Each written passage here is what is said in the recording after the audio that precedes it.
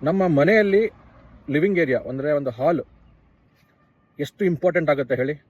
ಯಾರಾದರೂ ಒಬ್ಬ ನಮ್ಮ ಮನೆಗೆ ಅತಿಥಿಗಳು ಬರ್ತಾರೆ ಅಂದರೆ ನಾವು ಫಸ್ಟ್ ಕ್ಲೀನ್ ಮಾಡೋದೇ ಹಾಲು. ಯಾಕೆ ಅಂದರೆ ಆ ಹಾಲ್ನ ನೋಡಿ ನಮ್ಮನ್ನು ಜಡ್ಜ್ ಮಾಡ್ತಾರೆ, ನಮ್ಮ ಮೈಂಡ್ ಸೆಟ್ನ ಗೇಜ್ ಮಾಡ್ತಾರೆ. ಅದೇ ಥರ ನಮ್ಮ ದೇಶಕ್ಕೆ ರಸ್ತೆಗಳೇ ನಮ್ಮ ಲಿವಿಂಗ್ ಏರಿಯಾ. ಎಷ್ಟೋ ಇನ್ವೆಸ್ಟ್ಗಳು ಬರ್ತಾರೆ, ಬೇರೆ ಬೇರೆ ದೇಶದ ರಾಜಕಾರಣಿಗಳು ಬರ್ತಾರೆ. ಅಷ್ಟೇ ಯಾಕೆ, ನಮ್ಮ ಕುಟುಂಬದವರೇ ಬೇರೆ ರಾಜ್ಯದಲ್ಲಿರೋರು ಇಲ್ಲಿಗೆ ಬಂದರೆ ನಾವು ರಸ್ತೆ ಸುತ್ತಮುತ್ತ ಏನು ಕಾಣುತ್ತೆ ಅದ್ರ ಮೇಲೆ ನಮ್ಮನ್ನು ಗೇಜ್ ಮಾಡ್ತಾರೆ. ಅಂಥ ರಸ್ತೆಗಳನ್ನ ನಾವು ಯಾವ ಥರ ಇಟ್ಕೋಬೇಕು ಮತ್ತು ಯಾವ ಥರ ಇಟ್ಕೊಂಡಿದ್ದೀವಿ ನೀವೇ ಒಂದು ಸಲ ಯೋಚನೆ ಮಾಡಿ ನೋಡಿ. ನಾವು ಸರ್ಕಾರನ ಬೈತೀವಿ, ಇನ್ನೊಂದನ್ನು ಬೈತೀವಿ, ಮತ್ತೊಂದನ್ನು ಬೈತೀವಿ. ಬೈಬೇಕಾಗಿರೋದು ನಮ್ಮನ್ನು ನಾವೇ ಬೈಕೋಬೇಕು.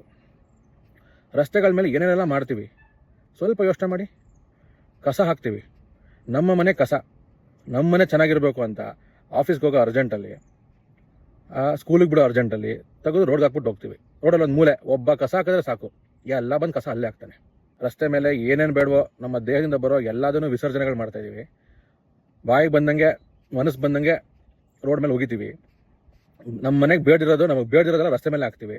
ಕೊನೆಗೆ ಯಾವ ಮಟ್ಟಕ್ಕೆ ನಾವು ರಸ್ತೆಗಳನ್ನ ಯೂಸ್ ಮಾಡ್ಕೊತಾ ಇದ್ದೀವಿ ಅಂದರೆ, ನಮ್ಮ ಮನೆಗೆ ಬೇಡದಿರೋ ದೇವ್ರ ಫೋಟೋನು ತೊಗೊಂಡು ರಸ್ತೆಗೆ ಹಾಕ್ತೀವಿ. ನಾವು ಯಾವ ಮನಸ್ಥಿತಿಲಿ ಇದ್ದೀವಿ ಅಂತ ನಾವೇ ಸ್ವಲ್ಪ ಯೋಚನೆ ಮಾಡಬೇಕು. ಯಾರೊಬ್ಬರು ಹೇಳಿದ್ದಾರೆ,